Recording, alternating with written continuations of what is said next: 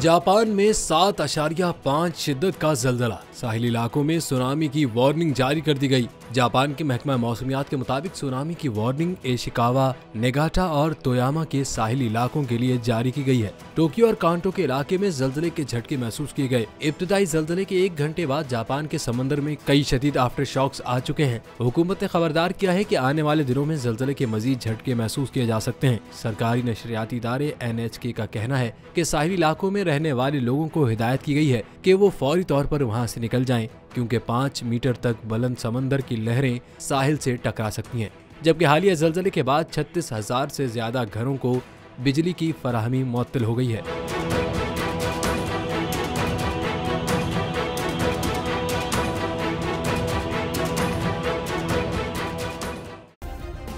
Subscribe करें और bell दबाएं ताकि कोई खबर रह न जाए।